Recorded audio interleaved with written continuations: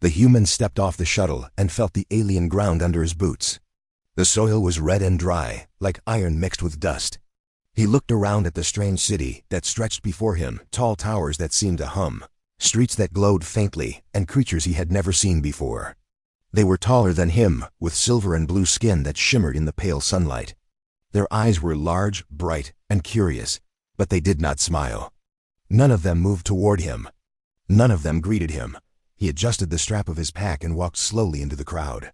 Every step made him more aware of how fragile he looked among them. His body was small, his muscles thin compared to the alien strength around him. He felt their stares like a weight pressing down on him, judging him.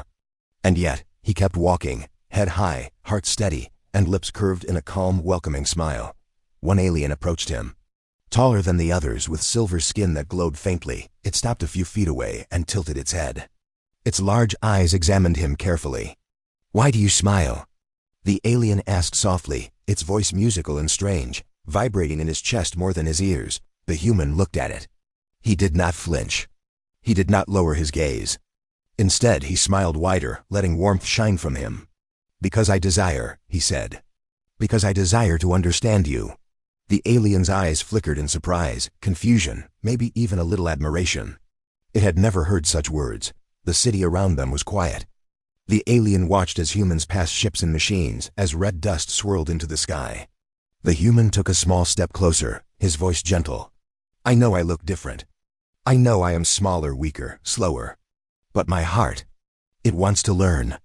It wants to see your world, your people, your stories. That is why I smile. Because I desire to connect." The alien said nothing. Its gaze lingered, scanning the human's face, looking at the softness in his eyes, the sincerity in his expression. Slowly, a flicker of a smile appeared on its lips. It was almost imperceptible, but it was there. And when the human saw it, he smiled even brighter.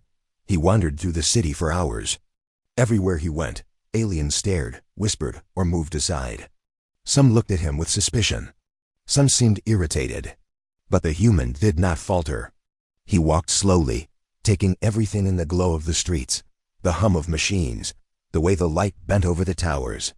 Sometimes he stopped and pointed at something interesting, asking questions in a careful, simple way. And sometimes he laughed softly, letting joy escape even when no one joined him. One alien child approached him at a marketplace, eyes wide with curiosity. It reached out to touch his hand, and he smiled warmly, letting the child feel the small, soft human hand. "Hello," he said simply. The child stared at him, then giggled, and for the first time, a human voice echoed in that alien city. The human laughed back, a light, musical sound. And even the adults around them paused to look as the sun dipped lower. Painting the sky with pink and purple, the human reached the top of a hill overlooking the city. He took a deep breath, feeling the wind brush his face. The city was vast and alien, but he felt a strange connection, as if it was not just a place to visit, but a place to learn, to touch, to care about. He smiled again, brighter than ever. Behind him, the tall, silver-skinned alien watched. Its eyes were still wide, but something had changed. Curiosity had turned into interest. Judgment had softened. For the first time, it wondered if this fragile human, small and different as he was, could teach them something no alien had ever learned. Something about hope. Something about desire. The human turned his gaze to the alien watching him and smiled. "Hello," he said again. And in that simple word, in that small gesture, something shifted. The alien tilted its head, unsure, but could not hide the faintest trace of a smile. It was the beginning of a story neither of them could have imagined, a story of trust, of curiosity, and of a desire so simple, yet so powerful, that it could change worlds. As night fell, the human looked up at the twin moons rising over the city. His eyes reflected their light, bright and unwavering. "I am here," he whispered to himself, "and I desire to see everything. I desire to understand everything. I desire to belong, even if only for a moment." And with that, he stepped forward, ready to face the unknown. Days passed on the alien world, but the human did not grow tired. Each morning, he stepped into the streets with the same calm smile, moving among beings who towered over him, whose voices hummed like strange instruments, and whose eyes watched him as if he were a puzzle. At first, most aliens ignored him. Some whispered in sharp tones, warning each other not to trust him. Some stared openly, their faces cold and unreadable. Yet he smiled. Every smile was soft, steady, like sunlight breaking through a storm. Among the crowd, the tall silver-skinned alien continued to follow him. She observed him silently, sometimes from a distance, sometimes nearby. She had never seen anyone like him. He did not run from fear, he did not bow from threat. He simply moved, unafraid of the stares, unbothered by whispers. And he smiled. That simple act puzzled her. What power could a smile have, she wondered, to carry someone through a world that rejected them? One afternoon, the humans stopped by a marketplace. Strange fruits shimmered under alien lights, machines clattered softly, and vendors gestured in ways she barely understood. The human reached out, gently touching the surface of one glowing fruit. He looked at it, curious, and then laughed softly. "It looks like a sun trapped in ice," he said. The alien tilted her head. No one else spoke like that. His words were simple, but they carried warmth. They carried life. She felt drawn to him, though she did not fully understand why. "You do not belong here," she said suddenly, her voice low and cautious. "Yet you move as if you do." The human turned to her, his eyes bright. "Belonging is not just about being like others," he said. "Belonging is about being honest about who you are. I am a human. I do not look like you. I do not act like you. But I am here, and I desire to know this world. That is how I belong." Her eyes softened, though she did not smile yet. She had never met anyone who spoke with such certainty, such calm strength, without demanding anything in return. She followed him more closely from that day onward, watching how he treated others. He bowed politely to the vendors, thanked strangers for small gestures, laughed when children stumbled over their words, and nodded gently when elders offered advice. His presence was gentle, but it carried weight, an invisible force that made aliens pause, think, and sometimes even change.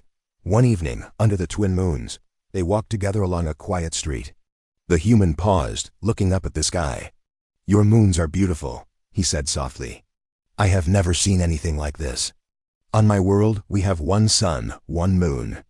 It is enough, but this is magical." The silver-skinned alien studied him. "You appreciate beauty in everything," she said. "Even here, where your life is strange, your people are weak compared to us, you still see light." The human smiled, just a little. "We humans are fragile," he said. "But we desire to find light everywhere. Even in fear, even in darkness, we reach for it. That is why I smile. That is why I keep moving forward. Because I desire to see what others cannot see, to touch what others ignore, to understand what others avoid." She watched him quietly. His words were simple, but they carried something alien herself: hope, life, something she had never felt before. Slowly, she tried to smile. Not fully, not openly, but the corners of her lips lifted just a fraction. The human noticed immediately and smiled wider, but softly, not to overwhelm her. He waited patiently, giving her time to adjust, to feel safe in his presence. In the following days, they began to spend more time together. He taught her small human gestures, a wave, a laugh, a nod of greeting. She taught him alien signs, ways to communicate without words, patterns of movement that carried meaning. They learned from each other, laughed at mistakes, and discovered small joys in the simplest things. The human's constant smile became a beacon, a strange warmth that drew others in. Even the suspicious aliens could not ignore the way he radiated life. One night, the alien finally asked, "Why do you smile so much, human? Even when others ignore you, even when they reject you, even when you are afraid." The human looked at her, eyes calm and steady. "Because I desire," he said simply. "I desire to live, to learn, to love, to connect. Every smile is a choice. Every choice is proof that I am alive. And I hope that, by showing it, others can feel alive too." The alien stared at him, silent. And in that silence, something shifted.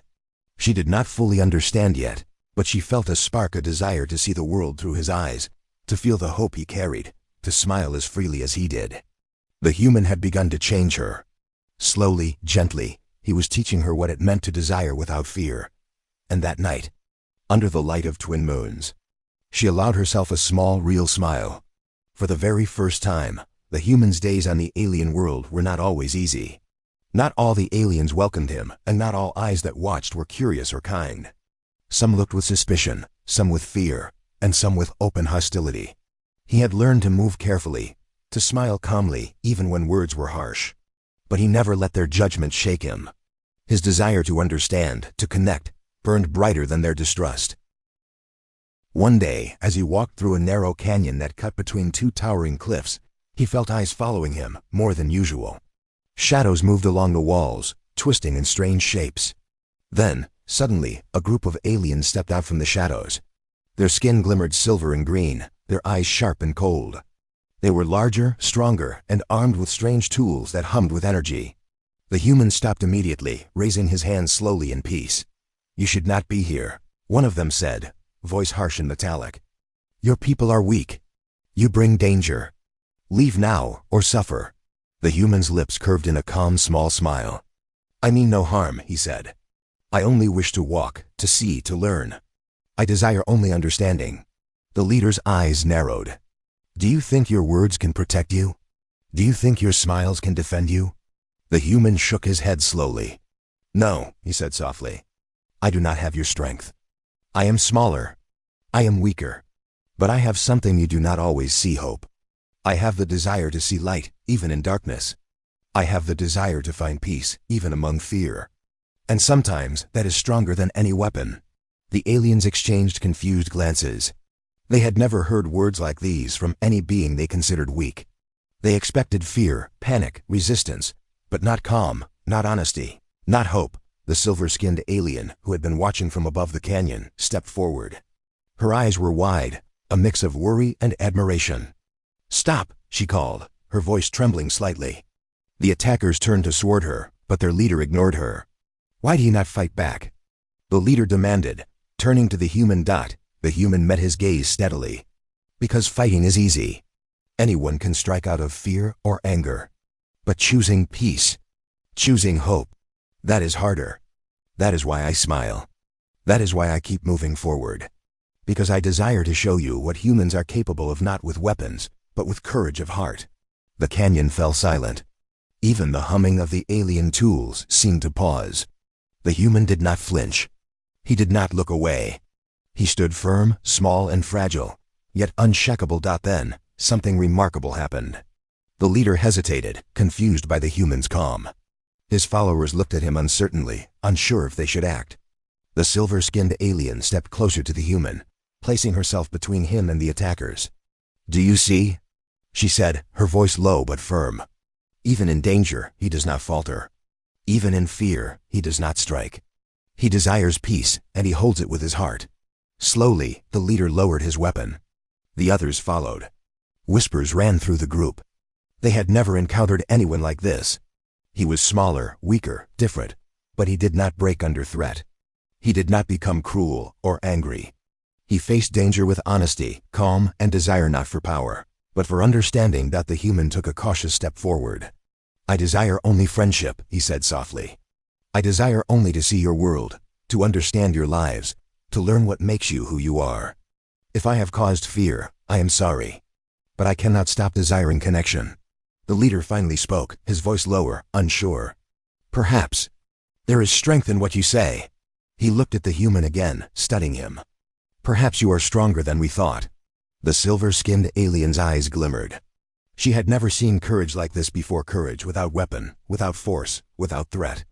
It was quiet, patient, unshakable. And she realized something profound. The human's desire, his hope, his smile, was more powerful than fear. As the attackers slowly backed away, the human exhaled gently. His hands fell to his sides, and he smiled softly at the alien who had defended him. "Thank you," he said. "Your world is strange and dangerous, yet beautiful. And I desire to see all of it, one step at a time." The alien smiled back, small but real. And in that moment, the canyon felt lighter, almost warm, as if the human's hope had touched it, spreading in waves. He had faced danger, not with violence, but with heart. He had shown them the power of desire, the desire to understand, to connect, to remain human in the face of fear. And for the first time, the silver-skinned alien wondered if humans were stronger than even the strongest. Alien in ways they had never imagined. The human and the silver-skinned alien began spending more time together after the incident in the canyon. At first, it was cautious. She watched him closely, studying the way he moved, how he spoke, how he smiled even when the world around him seemed cold and unwelcoming. Slowly, curiosity turned into fascination. She realized that his presence was different, not demanding. Not aggressive, but quietly alive, full of warmth. One morning, they walked along the glowing streets of the city, silent except for the faint hum of the alien machines. The human pointed to a distant tower, its surface shimmering in soft colors. "It's beautiful," he said. "Even in its strange shape, it seems alive. Do you feel it too?" She nodded slowly. "I do. But you see it differently. You see it with wonder. My people rarely notice beauty in the simple things. They only see function, purpose, or danger. But you see something more." The human smiled softly. "We humans notice because we desire. We desire light, even when there is darkness. We desire connection, even when we are alone. And we desire beauty, even when it seems hidden. Desire makes us see the world differently." She paused. "Desire?" she asked. "Is that why you always smile?" The human nodded. "Yes, every smile is a choice. Every smile says, I desire to live, I desire to understand, I desire to connect. Sometimes it is hard. Sometimes it feels like no one sees it. But I smile anyway, because desire is stronger than fear." She watched him, and slowly, almost without realizing it, she tried to smile herself. The gesture felt strange and uncomfortable, but also freeing. The human noticed instantly, and his smile deepened, gentle and encouraging, as if saying, "Take your time. You are safe here." Days passed. The human taught her simple human gestures, how to greet someone with a wave, how to laugh at small mistakes, how to show appreciation without words. In return, she taught him her people's silent communications, the subtle flick of fingers, the tilt of the head, the shifting of weight that spoke more than any words. Together, they explored alien forests where trees glowed faintly under the twin moons, rivers that ran with liquid light, and cities where colors shifted like living paintings. Everywhere they went, the human noticed things others ignored: a small bird-like creature nesting in a tower ledge, patterns of light in the streets, the sound of wind brushing against machines. The alien watched him, slowly understanding the human mind. It was alive, curious, fearless, and full of desire.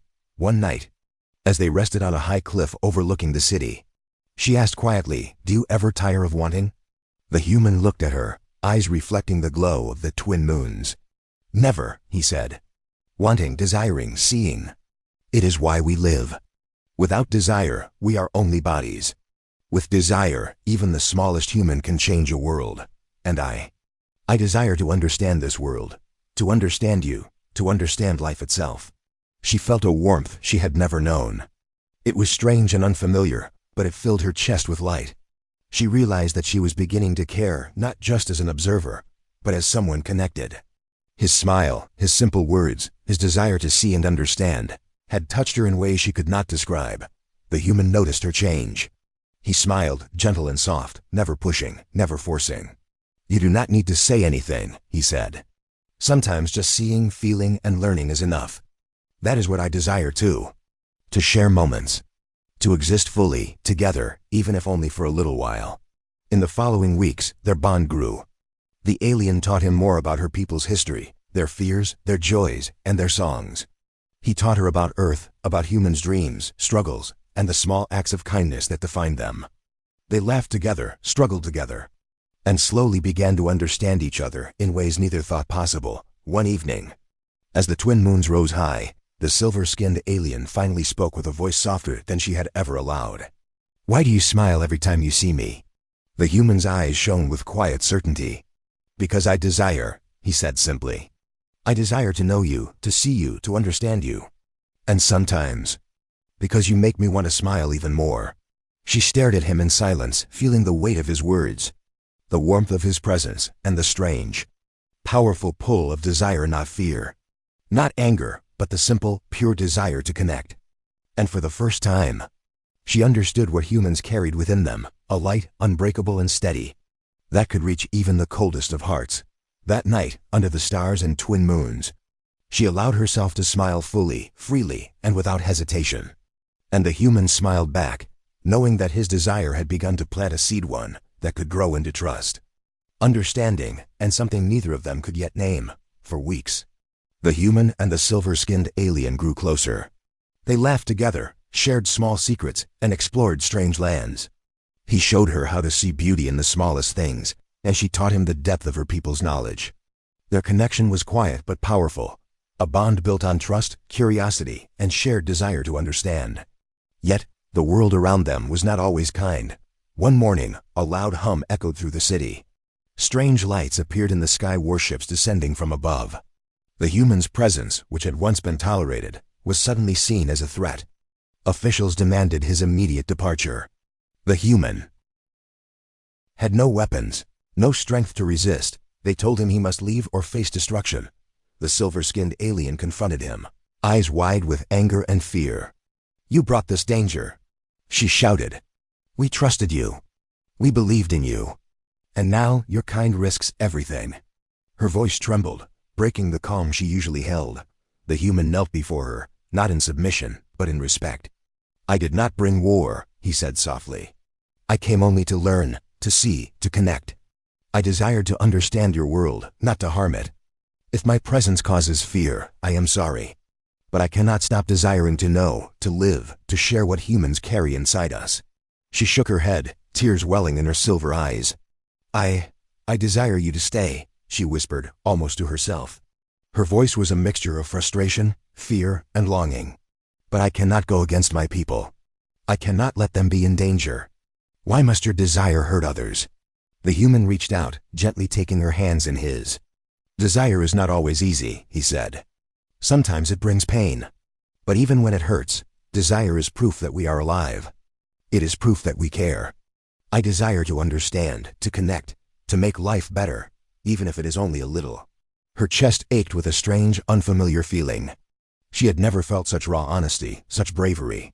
And yet, the rules of her world pressed down on her like heavy stones. She could not protect him, and he could not stay. Their eyes locked, full of unspoken words. For a moment, it felt as if time itself had stopped. The canyon of fear, the city of rules, and the distant warships all disappeared. There was only the human, only his calm smile, only his unyielding desire. The human smiled softly, a small, gentle curve of his lips that carried both sadness and hope. "Even if I must leave," he said, "know that my desire for this world, for you, will not end. Desire can survive distance. Desire can survive fear. Desire is stronger than absence." She felt tears fall freely, something she had rarely allowed herself to do. She wanted to keep him here, to shield him from all danger, to stay by his side forever. But her people demanded obedience, safety, and caution. Her hands shook as she let go, her heart breaking in the silence between them. The warship's hum grew louder. Orders echoed through the city. The human stepped back toward his shuttle. "I will remember this," he said softly, "and I will carry it with me always. I desire to remember the beauty of your world, the warmth of your heart, and the strength of your people. And I hope someday desire can bring us back together." She watched him leave, his small figure climbing the ramp of the ship. She wanted to call out, to stop him, to tell him he could stay. But all she could do was whisper to the night sky, "I desire you. But I cannot fight my world." As the shuttle rose, leaving red dust swirling in the streets, she felt something new stirring within her, hope mixed with sorrow. She realized that humans carried a power beyond strength or speed. They carried desire, and with it, the ability to change hearts, even across worlds. She raised her eyes to the twin moons and allowed herself one final full smile. It was a smile filled with love, grief, and the memory of connection. And though the human was leaving, she knew his desire had left a mark on her, one that would not fade, one that would shape her forever. The night was quiet, but her heart was loud with longing. And somewhere far away, the human looked out at the stars. Feeling the same ache, the same hope, the same unbreakable desire to return, the human boarded his shuttle, his hands brushing against the metal rail as he looked down at the city one last time. The streets were empty now, the crowd scattered by the sudden orders. But he could see her standing alone, tall and silver under the pale glow of the twin moons. Her eyes were wide, full of sorrow and longing. And yet there was something new there, a spark, a faint light that had not existed before. He smiled gently, soft and calm, though his chest ached with the weight of leaving. "Goodbye," he said quietly, almost to himself. "I will carry you with me." She raised her hand slowly, mirroring his gesture. Her fingers trembled. "Go," she whispered. "Go before it is too late." Her voice broke, and she looked away, ashamed of her own fear, her own longing. But her hand stayed raised, A silent farewell that spoke more than words ever could. As the engines of the shuttle roared to life, the human's eyes lingered on her. He wanted to stay, wanted to fight, wanted to hold her hand one last time. But he knew that some battles were not won with strength. Some battles were won with courage of heart, patience, and the quiet act of letting go. He smiled again, his calmness steady even in sorrow. "I desire to return," he whispered to the stars, "and I hope you will remember me when I do." The shuttle lifted, and the city grew smaller beneath him. Red dust swirled in patterns like fire, and lights flickered faintly in the towers. He turned to watch the alien who had changed him more than any world, any people, any experience. Her figure seemed smaller now, fragile, yet impossibly strong. She had learned something he could teach no one else, the human way to desire. To see beauty, to smile even when the world is harsh. Back on the streets, the silver-skinned alien stood silently, watching until the shuttle became a tiny speck in the sky. Then, slowly, she noticed something remarkable. The aliens who had been suspicious, who had ignored the human, were starting to imitate him. A small group smiled hesitantly, unsure, awkwardly, but genuine. Others looked at them, and more smiles appeared, spreading through the city like ripples in water. She blinked, stunned. His presence, his calm, his desire to connect, had left a mark. Even from a distance, even as he departed, he was changing her people. She realized then that humans were different, not just strong, not just clever, but alive in a way that could inspire hope in anyone.